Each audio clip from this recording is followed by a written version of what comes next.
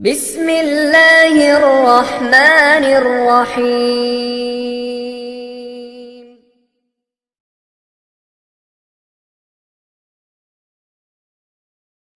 آپ کو معلوم ہے شیخ عبد القادر جیلانی رحمت اللہ علیہ نے بغداد کی جامع مسجد میں عشاء کی نماز پڑھائی۔ اچھا، عشاء کی نماز پڑھانے کے بعد آپ نے ایک شخص کو بلایا اور بلا کر کہا کہ میرے جتنے بچے ہیں سب کو مسجد کے صحن میں جمع کر دو، مسجد کے آنگن میں جمع کر دو۔ وہ شخص گئے اور جا کر سب بچوں کو کہا کہ ابا بلا رہے، ابا بلا رہے، ابا بلا رہے، ابا بلا رہے۔ اور شیخ عبد القادر جیلانی رحمت اللہ علیہ کے قریباً 40 بچے ہیں۔ بولو کتنے بچے؟ 40 بچے۔ اب بچے کو سننا ہے نا، یہ مہینہ غوث پاک کا مہینہ ہے نا، تو غور سے سننا۔ آپ کو معلوم ہے شیخ عبد القادر جیلانی رحمت اللہ علیہ نے بغداد کی جامع مسجد میں عشاء کی نماز پڑھائی۔ بولو بغداد کی جامع مسجد میں آپ نے عشاء کی نماز پڑھے۔ آپ امام تھے، آپ حافظ تھے، قاری عالم تھے، مفتی تھے، مجوید تھے، مدرس تھے، محدث تھے، مجدد تھے۔ آپ نے بغداد کی جامع مسجد میں عشاء کی نماز پڑھائی۔ اچھا، عشاء کی نماز پڑھانے کے بعد آپ نے ایک شخص کو بلایا اور بلا کر کہا کہ میرے جتنے بچے ہیں سب کو مسجد کے صحن میں جمع کر دو، مسجد کے آنگن میں جمع کر دو۔ وہ شخص گئے اور جا کر سب بچوں کو کہا کہ ابا بلا رہے، ابا بلا رہے، ابا بلا رہے، ابا بلا رہے۔ اور شیخ عبد القادر جیلانی رحمت اللہ علیہ کے قریباً 40 بچے ہیں۔ بولو کتنے بچے؟ 40 بچے۔ اب بچے کہو، پوتے کہو، 40 ہے۔ سب کو مسجد کے صحن میں جمع کیا، بغداد کی جامع مسجد کے صحن میں سب کو جمع کیا۔ پھر کسی نے آ کر حضرت کو اطلاع دی کہ حضرت سب بچے آپ کے پوتے سب صحن میں جمع ہو گئے ہیں۔ شیخ عبد القادر جیلانی رحمت اللہ علیہ کی آنکھوں میں آنسو تھے۔ فرمایا میرے سب سے بڑے بیٹے عبد الوہاب کو میرے پاس بلاؤ۔ اب جانے والے گئے اور کہا کہ آپ کے بچوں میں جو سب سے بڑے بیٹے ہیں جن کو ہم کہتے ہیں شیخ عبد الوہاب، بولو کیا کہتے ہیں؟ شیخ عبد الوہاب۔ وہ آئے، ابا بلا رہے ہیں۔ اب جب شیخ عبد الوہاب بڑے بیٹے آئے، شیخ عبد القادر جیلانی رحمت اللہ علیہ کی آنکھوں میں آنسو تھے۔ کہا میرا بیٹا سب کو جمع اس لیے کیا کہ آج میری آخری رات ہے۔ بولو آج میں فجر کی نماز میں تمہارے درمیان میں نہیں رہوں گا۔ اب جیسے بیٹے نے سنا، وہ بیٹے تو بیٹے ہوتے نا، سیدھے ابا کے گلے لگ گئے۔ ابو اگرچہ ہم بڑے ہو گئے لیکن ہم یتیم ہو جائیں گے، آپ اس زمانے کے کتب ہیں، آپ زمانے کے ولی ہیں، آپ زمانے کے غوث ہیں، آپ زمانے کے بہت بڑے ہیں، آپ کی وجہ سے ہمارے گھر میں رحمتیں، برکتیں، مغفرتیں ہیں، آپ ایسا کیسا ہم کو چھوڑ کر چلے جائیں گے؟ شیخ عبد القادر جیلانی رحمت اللہ علیہ نے اپنے بڑے بیٹے کو کہا اللہ کا فیصلہ ہو گیا ہے، آج رات میں اللہ کے پاس جاؤں گا، لیکن آج میں چاہتا ہوں کہ سب بچوں کو نصیحت نہیں وصیت کر کے جاؤں۔ بولو سبحان اللہ، سبحان اللہ۔ میرے 40 بچے ہیں، ہر بچے کو میں وصیت کر کے جاؤں۔ وہ جو بڑے بیٹے، بولو کیا نام؟ شیخ عبد الوہاب، وہ قریب آ گئے۔ ابا کیا وصیت کرو گے؟ اب پورا مجمع سنے گا۔ کہاں پر ہم لوگ بیٹھے؟ قنوج میں بیٹھے نا، پورا مجمع یہ وصیت کو سنے گا۔ بولو سنیں گے نہیں انشاءاللہ؟ وصیت کرنے والے کون ہیں؟ شیخ عبد القادر جیلانی رحمت اللہ علیہ اپنے سب سے بڑے بیٹے کو بلائے اور وصیت کر رہے۔ کیا وصیت کر رہے؟ یا بنی یا بنی یا بنی توحید توحید توحید تدخل الجنت بسلام آمنین۔ فرمایا میرے پیارے بیٹے، میرے پیارے بیٹے، میرے پیارے بیٹے، لا الہ الا اللہ کا دامن تھام لینا، لا الہ الا اللہ کو مضبوطی سے سینے میں اتار دینا، لا الہ الا اللہ کے تقاضے پہ عمل کر لینا۔ تم زمین پر لا الہ الا اللہ کی محنت کرتے جاؤ گے، اللہ آسمانوں پہ جنت کے فیصلے کرتا جائے گا۔ سبحان اللہ، سبحان اللہ۔ بھائی سب لوگ وصیت سمجھ گئے؟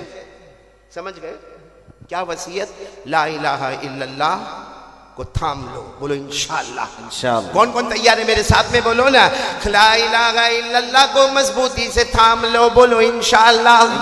لا الہ الا اللہ کو اپنے دل میں اتارو۔ بولو انشاءاللہ۔ لا الہ الا اللہ کے تقاضے پہ عمل کرو۔ بولو انشاءاللہ۔ ہم زمین پر لا الہ الا اللہ کی محنت کرتے جائیں گے، اللہ آسمانوں پہ جنت کے فیصلے کرتا جائے گا۔ خیر، شیخ عبد الوہاب کو نصیحت نہیں کی بلکہ کیا کی؟ پھر دوسرے بیٹے کو بلائے، پھر تیسرے کو بلائے، چوتھے کو بلائے۔ کتنوں کو بلائے؟ 40۔ پھر گھر گئے اور اسی رات میں اللہ کو پیارے ہو گئے. یہی مہینہ تھا. بولو انا للہ و انا الیہ راجعون. خیر دوسرے دن پورا بغداد جمع ہو گیا. سارا بغداد رونے لگا. سارا بغداد آہے اپنی باہر نکالنے لگا، کیونکہ اتنے بڑے اللہ کے ولی سے ہم محروم ہو گئے، اچانک محروم ہو گئے، راتوں رات وہ اللہ کو پیارے ہو گئے. خیر 3 دن گزرنے کے بعد بڑے بیٹے شیخ عبد الوہاب نے اپنے سائیوں کو جمع کیا. کتنے تھے سب ملا کر؟ سب کو جمع کیا.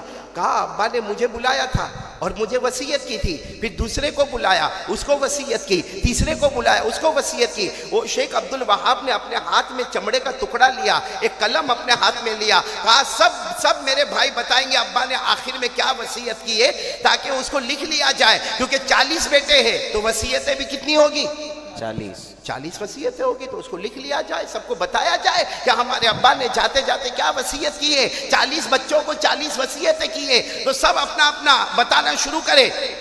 تو جتنے تھے سب نے کہا پہلے آپ تو بتائیں، آپ تو بڑے ہیں نا، آپ سب سے پہلے گئے تھے، آپ کا نام شیخ عبد الوہاب ہے، آپ کو کیا وصیت کی؟ انہوں نے کہا مجھے تو ایک ہی وصیت کی.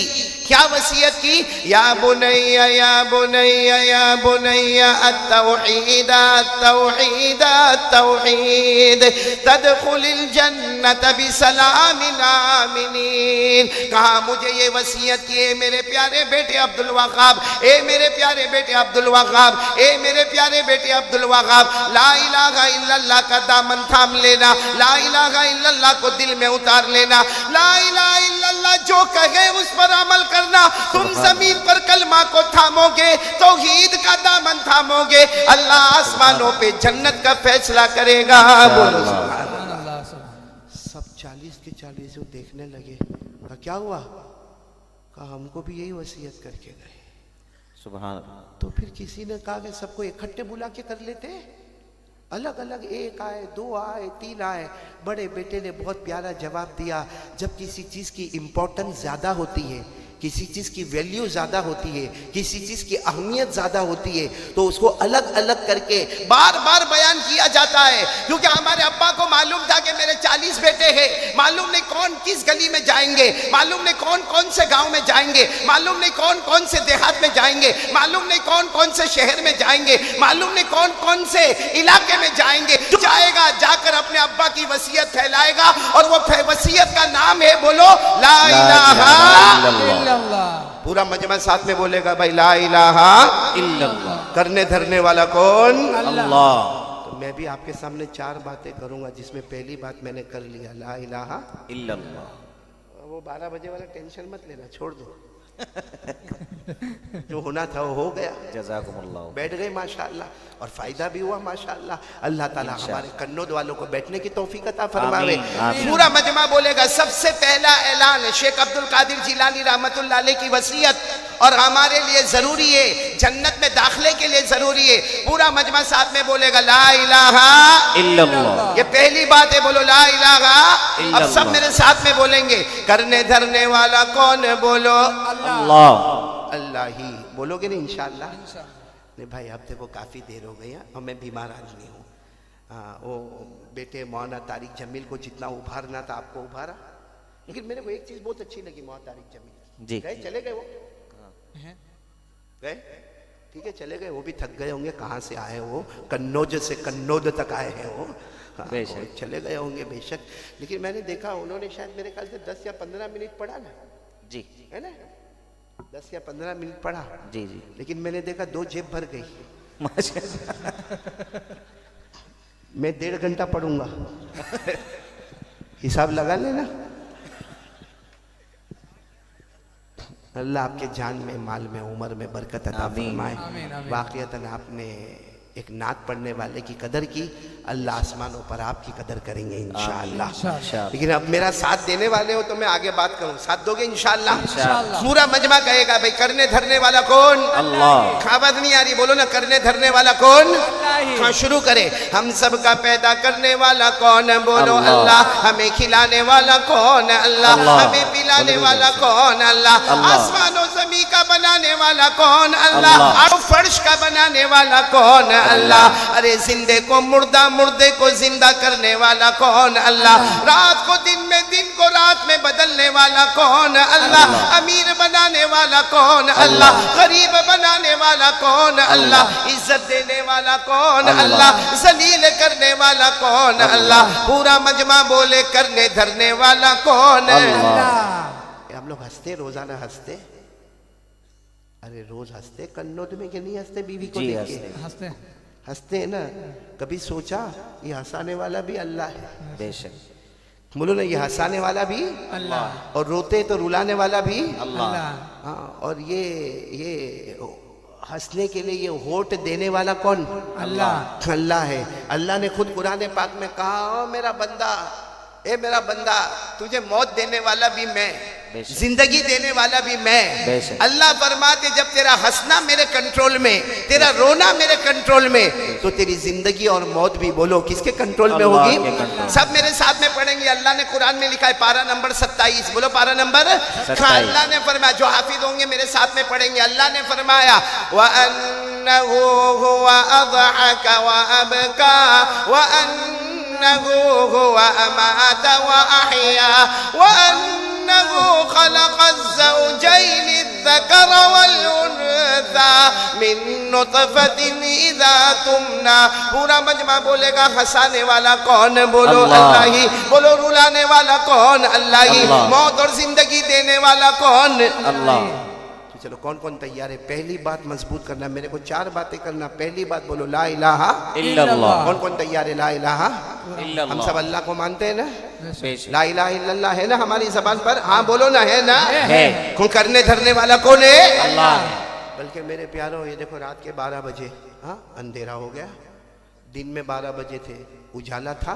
یہ یہاں کنوت میں جتنے بیٹھے، چاہے کروڑ پتی ہو، ابجو پتی ہو، اللہ سبحان مال میں برکت دے وے، ابھی وہ بیٹھے بیٹھے بولے کہ نا میرے کو رات کا 12 بجے نہیں چاہیے، مجھے ابھی دن کا چاہیے۔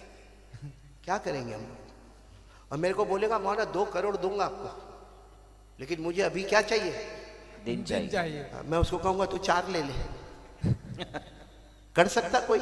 نہیں کر سکتا۔ حالانکہ رات دن، بھائی رات کا اجالا، ارے رات کا اندھیرا پھر دن کا اجالا، رات کا اندھیرا پھر دن کا اجالا روز ہوتا۔ ہمارے دنیا میں آنے سے پہلے بھی رات دن، ہم دنیا میں ہیں تو بھی رات دن، ہم مر جائیں گے پھر بھی یہ رات دن، یہ رات کا اندھیرا اور دن کا اجالا چلتا رہے گا۔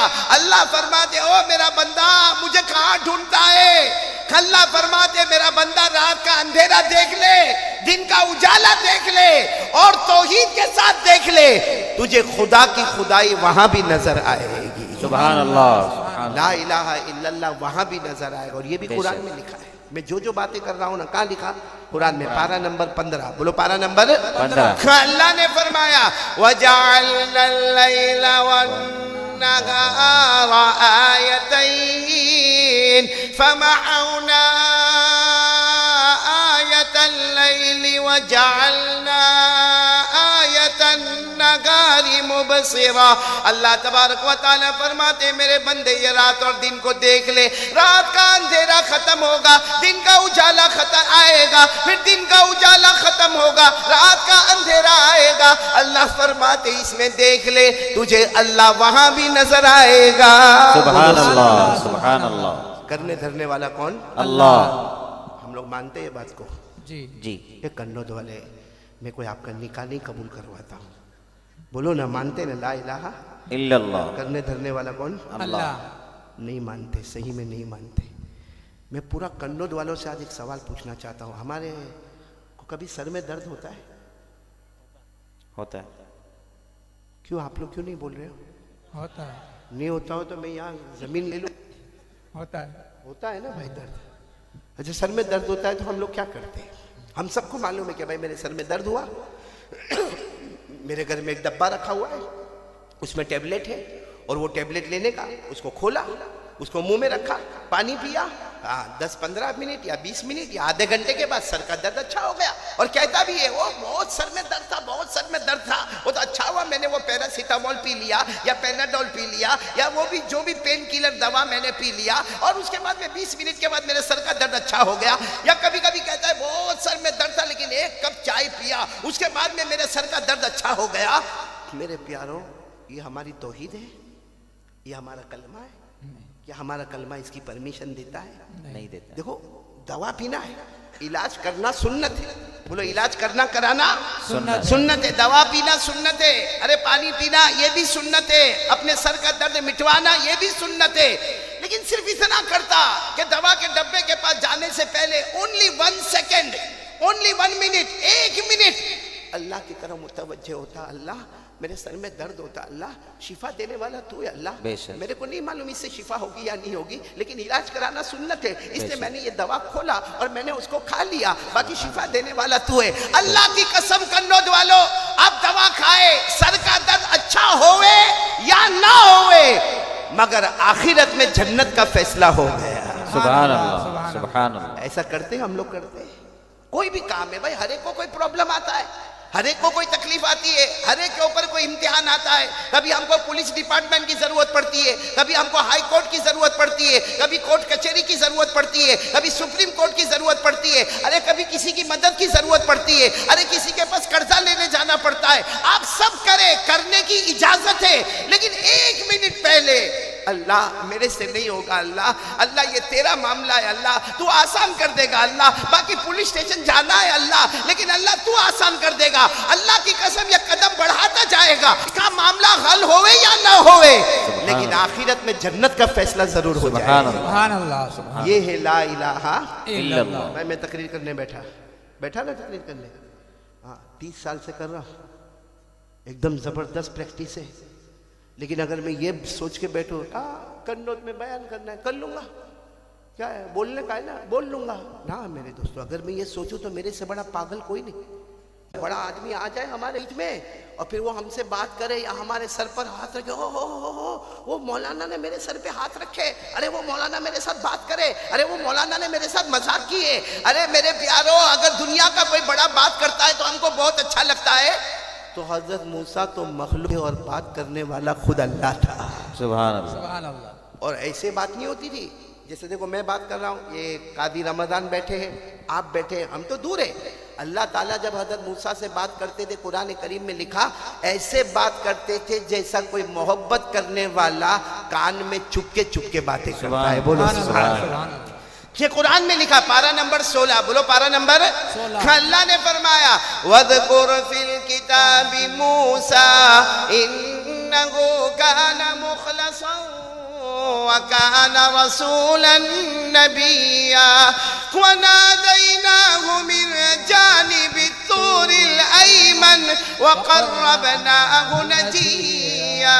اللہ تبارک و تعالیٰ فرماتے میرے پیغمبر موسیٰ پہاڑ پر آتے ہیں اور بولو کس سے بات کرتے ہیں؟ اللہ سے. چھپ کے کان میں جیسے باتیں ہوتی ویسے.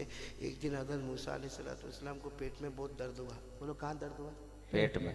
ایک کنود والے ساتھ میں بولو نا، کہاں درد ہوا؟ پیٹ میں. اب جو علاج کرنا ہو کیا، جو اس زمانے میں جو بھی علاج چلتا تھا، جو بھی ڈاکٹر، جو بھی حکیم، جو بھی طبیب علاج کیا، مگر پیٹ کا درد اچھا نہیں ہوا. گئے کہاں گئے؟ پہاڑ پر. اللہ کو کہا اللہ تجھے تو معلوم ہے اللہ پیٹ میں بہت درد ہے اللہ، اور اللہ جتنا علاج کرنا تھا سب کیا، مگر اللہ کوئی فرق نہیں ہو رہا کہ اللہ بہت درد ہو رہا، اللہ بڑی بے چینی ہو رہی ہے. اللہ نے فرمایا او میرے پیغمبر موسیٰ پہاڑ سے اترو اور وہ جنگل میں جاؤ، وہاں تھوڑی جڑی بوٹی ہے، گھاس پھوس ہے، وہ کاٹو اور اس کو کاٹنے کے بعد پانی میں بھگو اور وہ پانی پی لو، تمہارے پیٹ کا درد غائب ہو جائے گا. حضرت موسیٰ علیہ السلام پہاڑ سے اترے اور جو اللہ تبارک و تعالیٰ نے بتایا وہیں پر گئے اور وہیں پر جا کر اسی جڑی بوٹی کو کاٹا اور اسی کو پانی میں بھگویا اور اس کے بعد وہی پانی پیا. قسم اللہ کی، جب علاج بتانے والا اللہ اور شفا دینے والا اللہ تو پیٹ کا درد ختم. کیونکہ شفا کون دیتا ہے؟ اللہ. نہیں بولو نا، شفا کون دیتا؟ اللہ نے فرمایا وَإِذَا مَرِضْتُ فَهُوَ يَشْفِينِ. پورا مجمع بولے ہم جب بیمار ہوتے ہیں تو ہمیں شفا دینے والا کون ہے؟ اللہ. تو حضرت موسیٰ اچھے ہو گئے، پہاڑ پر آئے. اللہ نے کہا کیسا؟ کہا بالکل غائب. کہا جاؤ کام کرو، دین کا کام کرو، لا الہ الا اللہ. بولو بولو لا الہ الا اللہ. ایک لمبا زمانہ گزر گیا، سال گزر گئے. ایک دن پھر حضرت موسیٰ علیہ السلام کو پیٹ میں درد. اب پیٹ میں درد ہوا